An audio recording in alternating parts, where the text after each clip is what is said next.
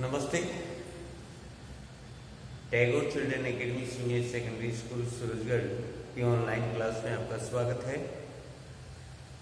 विषय है समाज ज्ञान, कक्षा है 10, लेसन नंबर 3। और जैसा कि हमने पिछले लेसन के अंदर पढ़ा था और वो था क्या कि किसानों द्वारा किए गए आंदोलन, जिसका महत्वपूर्ण चर्चा की गई है यहाँ पे कि राजस्थान के किसान आंदोलन। राजस्थान के अंदर किसानों के आंदोलन का प्रमुख कारण क्या था? जैसा कि मैंने आपको बताया था कि अंग्रेजी सरकार ने, ब्रिटिश सरकार ने अपने अधिकारी नियुक्त किए थे स्थानीय शासक और जागीरदारों को, जिन्होंने भारतीय किसानों पर अत्याचार करना शुरू कर दिया था। और अत्याचार से तंग आकर के उन्होंने एक ही रास्ता चुना और वो रास्ता था कौन सा? वो रास्ता था आंदोलन का। वो रास्ता आंदोलन, और आंदोलन का रास्ता इस प्रकार से था क्योंकि ब्रिटिश सरकार साहूकार जागीरदारों के खिलाफ ऐसी भावना जागृत हो गई थी, वो दुखी हो गए थे लगान कर से, उस लगान से। और लगान भी एक नहीं 84 प्रकार के कर लगा दिए गए थे, जिसमें हम चर्चा करते हैं सबसे बड़े किसान आंदोलन के बारे में चर्चा करते हैं, और वो है कौन सा? बिजोलिया किसान आंदोलन। देखिए, मैं आपको छोटा क्वेश्चन अगर इससे पूछा जाता है तो पूछा जाएगा क्या कि बिजोलिया किसान आंदोलन का नेतृत्व किसने किया? बिजोलिया किसान आंदोलन के संस्थापक किसे माना जाता है? तो यहां पर कंफ्यूज हो जाता है क्योंकि नेतृत्व, लंबे समय तक नेतृत्व किसने किया था? भूप सिंह, जिसका असली नाम भूप सिंह था, उत्तर प्रदेश का रहने वाला था और विजय सिंह पथिक के नाम से जाना जाता था। विजय सिंह पथिक को 1917 के अंदर आमंत्रित किया था साधु सीताराम दास ने, और यहाँ पे जो शुरुआत की थी इस आंदोलन की वो है साधु सीताराम दास ने। लेकिन यहाँ पे हम लेते हैं किसान आंदोलन की पूरी डिटेल कि किस प्रकार से उन्होंने इस आंदोलन को आगे बढ़ाया और क्यों ये आंदोलन प्रारंभ हुआ। हम आपको बताना चाहेंगे इसके अंतर्गत कि सबसे पहले यहाँ पर बिजोलिया के किसान थे, वो अधिकतर किस जाति के थे? धाकड़ जाति के थे। अधिकतर किस जाति के थे? धाकड़ जाति के थे। 1834 ईस्वी में बिजोलिया के राव गोविंद दास की मृत्यु हो जाती है। तब तक किसानों को इस जागीरदारों से कोई भी निराशा नहीं थी। उन्हें किसी प्रकार की खिलाफत करने की मनसा नहीं थी, उनके प्रति कोई शिकायत नहीं थी। लेकिन जो ही उनकी मृत्यु होती है तो नए जागीरदार जो कार्यभार संभाला गया वो थे कौन? करशन सिंह। और करशन सिंह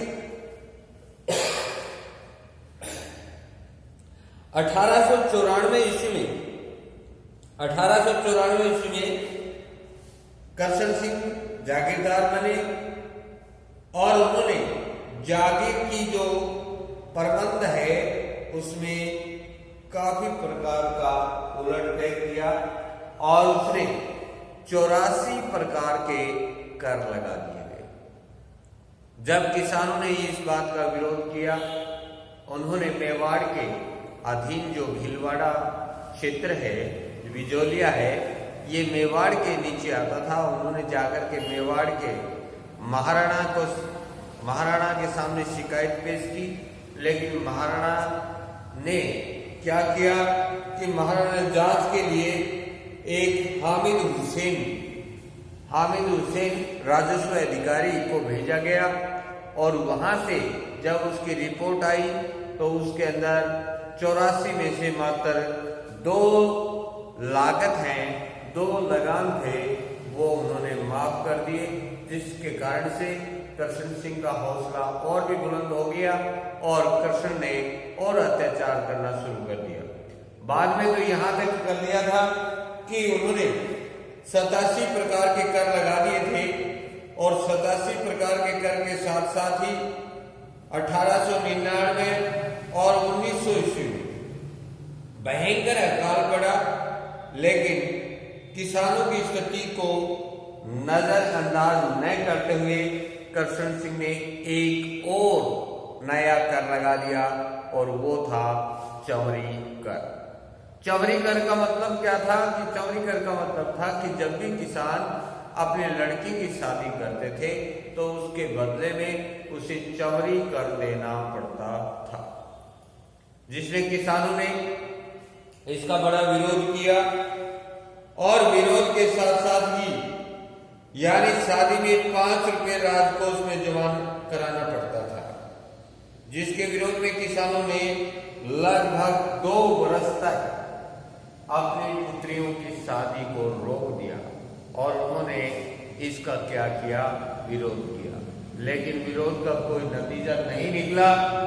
उसके साथ ही 1906 में बिजोलिया के नए स्वामी पृथ्वी सिंह ने नई विरासतों को बंद कर दिया और नया कर लगाया गया और वो कर था क्या, तलवार बंधाई कर। तलवार बंधाई कर का मतलब कि जो ही पृथ्वी सिंह ने अपनी तलवार कमर पे बांधी तो किसानों से क्या लेना करना शुरू कर दिया, कर लेना बंद। देखिए यहाँ पे तलवार बांधता कौन है, पृथ्वी सिंह, और कर देना पड़ता है किसे, किसानों को। इसलिए किसानों का आंदोलन करना स्वाभाविक था और उन्होंने उनके खिलाफ आवाज उठाना शुरू कर दिया। उसके बाद में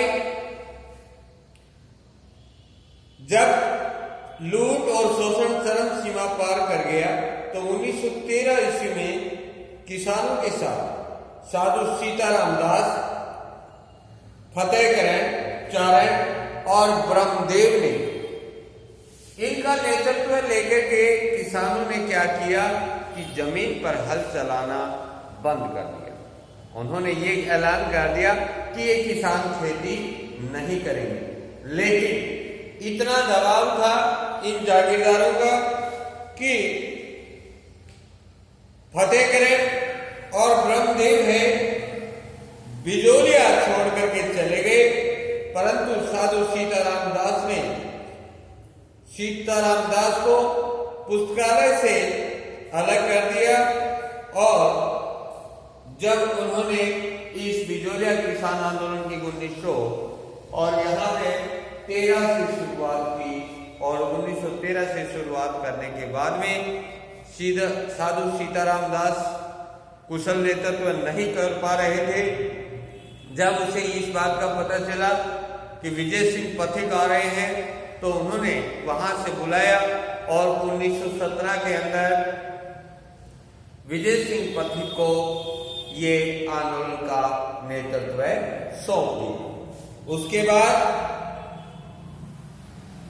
नेतृत्व सौंपने के बाद 1917 में ही हरियाली अमावस्या के दिन बेरीसाल गांव में ऊपरमाल पंच बोर्ड नामक एक संगठन स्थापित किया, जिसका श्री गणेश किया गया।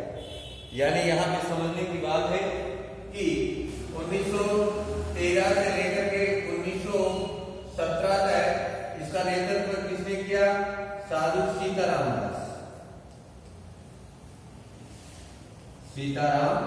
दास और बाद में 1917 से विजय सिंह पथिक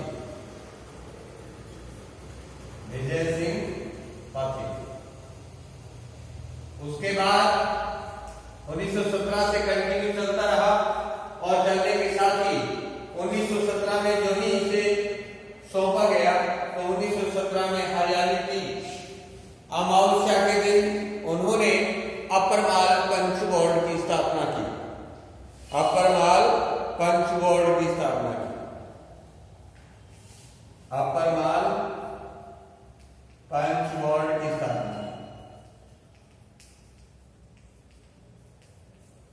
स्थापना, इंपॉर्टेंट क्वेश्चन हुआ।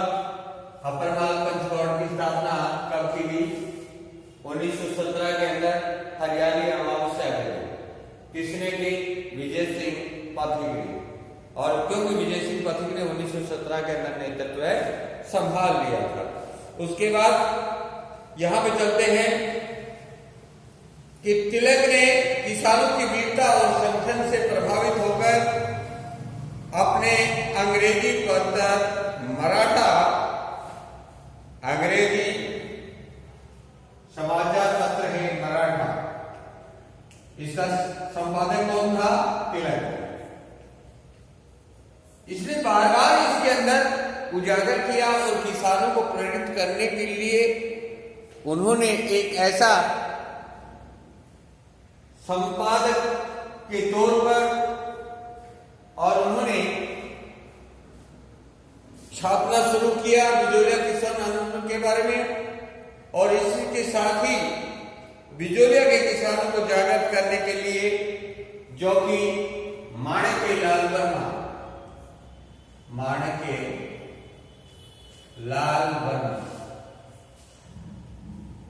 माणिक्यलाल वर्मा ने पक्षीड़ा गीत गाकर के उन्हें क्या किया? जागृत किया। और इसी के साथ ही पथिक ने किसानों की तरफ से कानपुर से निकलने वाले समाचार पत्र प्रताप के संपादक गणेश शंकर विद्यार्थी को चांदी की राखी भेजी और इसके साथ ही किसान आंदोलन को राष्ट्रीय पहचान दिलाई। क्या दिलाई गई? राष्ट्रीय पहचान दिलाई गई। प्रेमचंद के उपन्यास में रंगभूमि में मेवाड़ के जन आंदोलन का जो चित्रण किया गया है वह बिजोलिया किसान आंदोलन का प्रतिबिंब है। यानी मुंशी प्रेमचंद जो कि एक बहुत बड़े साहित्यकार, उपन्यासकार हुए हैं, उन्होंने अपने उपन्यास रंगभूमि के अंदर और किसानों के दुर्दशा का वर्णन किया है। किस प्रकार से ब्रिटिश सरकार उनसे जमीन हड़पना चाहती है उसके बारे में वर्णन किया है। किसानों की दुर्दशा का वर्णन किया है और उन्होंने किस प्रकार संघर्ष किया इसके बारे में भी उन्होंने वर्णन किया है। जिसके कारण से बिजोलिया किसान आंदोलन है वो एक क्षेत्र का न होकर के एक राष्ट्रीय आंदोलन के रूप में उभर करके सामने आया। जैसा कि आप जानते हैं कि तिलक ने मराठा में छापा और उधर मराठा के साथ साथ ही यहाँ पे जो कि गणेश शंकर विद्यार्थी द्वारा समाचार पत्र प्रताप निकाला जाता था वहां पर चांदी की राखी भेजी गई, जिन्होंने इसके अंदर अपने अखबार के अंदर संपादन किया, जिसके कारण से एक राष्ट्रीय जन आंदोलन, राष्ट्रीय किसान आंदोलन की भूमिका को दर्शाता हुआ नजर आया। उसके बाद उदयपुर राज्य सरकार ने अप्रैल 1919 में बिजोलिया के किसानों की शिकायत की सुनवाई करने के लिए मांडलगढ़ के हाकिम बिंदुलाल भट्टाचार्य के नेतृत्व में एक आयोग का गठन किया। आयोग ने किसानों के पक्ष में अनेक सिफारिशें की, परंतु इस पर कोई ध्यान नहीं दिया गया। यानी उदयपुर के महाराजा ने इसकी जानकारी लेने के लिए एक शिष्टमंडल को भेजा गया, लेकिन उसने किसानों की सिफारिश करते हुए काफी बातें बताई, लेकिन उन बातों के ऊपर किसी प्रकार का ध्यान नहीं दिया गया। और ध्यान नहीं देने के कारण बिजोलिया आंदोलन को शांत करने के उद्देश्य से राजस्थान के एजीजी रॉबर्ट हॉलैंड की अध्यक्षता में एजीजी रॉबर्ट हॉलैंड की अध्यक्षता में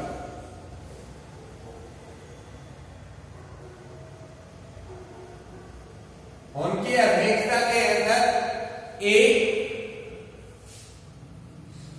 29 समिति का गठन किया।